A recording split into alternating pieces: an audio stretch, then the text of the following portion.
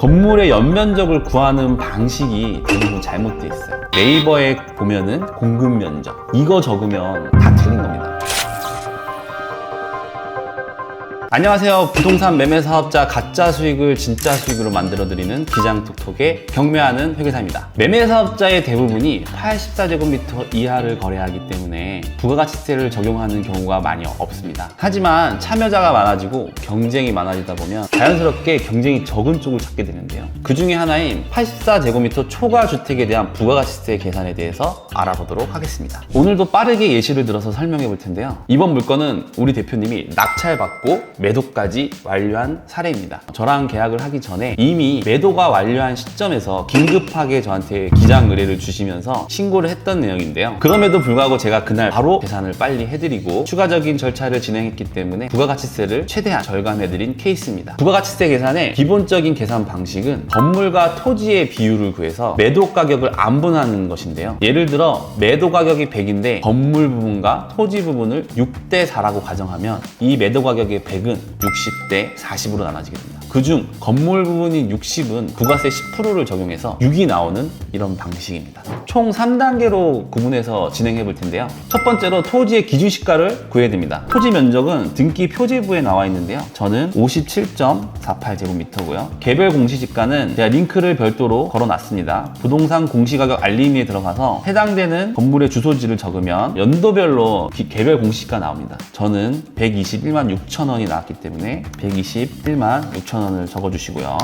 두 번째는 건물의 기준시가를 구해주셔야 되는데요. 건물의 기준시가를 구하기 위해서는 건물의 연면적을 알아야 됩니다. 건물의 연면적을 구하는 방식이 대부분 잘못되어 있어요. 네이버에 보면은 공급 면적 이거 적으면 다 틀린 겁니다. 건물의 연면적은 전유 부분하고 공용 부분이 모두 포함되어 있어야 돼요. 그게 어디에 있냐? 건축물 대장에 있어요. 그래서 건축물 대장에 있는 모든 부분의 면적을 합산해 주셔야 됩니다. 저희 대표님 거를 적용해보면 건물의 전유 부분이죠. 95.4645제곱미터, 그 다음에 기계정리실 1.1719제곱미터, 계단실 25.4729제곱미터, 지하주차장 20.6799제곱미터, 복리동 1.1809제곱미터. 뒷장에도 있는 경우가 있어요. 그래서 뒷장도 확인해 보시면 경비실이 있어요. 0.1015제곱미터. 총 건물에 대한 연면적은 144.07제곱미터입니다. 개별 공시지가는 국세청 홈택스에서 구할 수 있는데요. 홈택스에 들어가시고 상담 불복 제보에 밑에 기준시가 조회라는 게 있어요. 여기에 건물 기준시가 양도 탭을 클릭하시면 됩니다. 신축 연도가 상당히 중요하기 때문에 언제 지어졌는지 확인한 다음에 저희 대표님 같은 경우는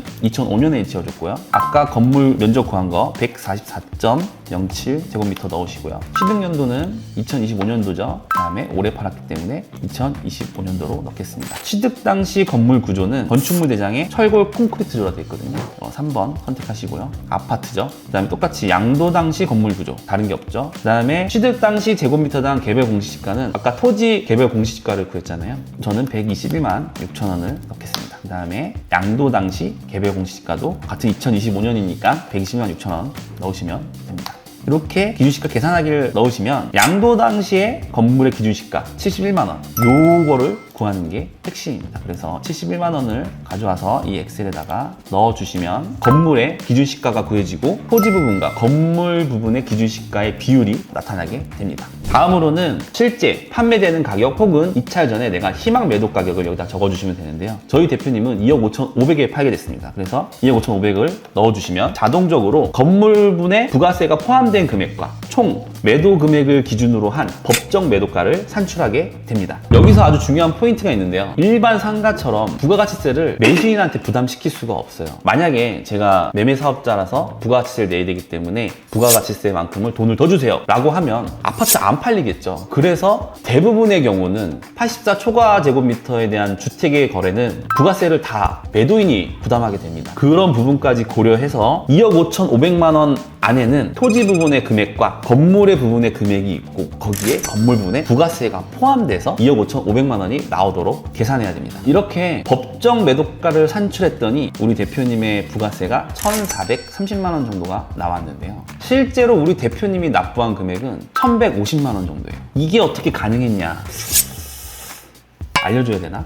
힌트만 드리면 부가가치세법 29조 9항 2호를 적용한 것인데요. 그냥 30%만 빼면 되는 거 아니야? 라고 할 수 있지만 그렇게 계산하면 틀릴 수 있습니다. 그 외에 추가적인 절차도 필요하기 때문에 꼭 전문가의 검토가 필요합니다. 이렇게 부가가치세 계산만으로 250만 원이나 절세해 드릴 수 있는 기장톡톡에 한번 의뢰해 보시는 게 어떨까요? 앞서서 부가가치세 계산을 한번 적용해 봤는데요. 엑셀에 넣기만 하면 값이 바로 나오기 때문에 금액도 정확하고 속도도 빠르게 계산할 수 있습니다. 점점 과열되고 경쟁이 심화되는 경매시장 속에서 경쟁 강도가 낮은 포인트들을 하나씩 찾아서 수익화에 도전해보는 게 어떨까요? 오늘 영상이 도움되셨다면 구독과 좋아요를 부탁드리고요. 엑셀 파일은 댓글에 부가가치세 계산이라고 적어주시면 제가 공유해드리도록 하겠습니다. 여기까지 우리 대표님들을 위해 밤낮 없이 발로 뛰는 기장톡톡에 경매하는 회계사였습니다. 감사합니다.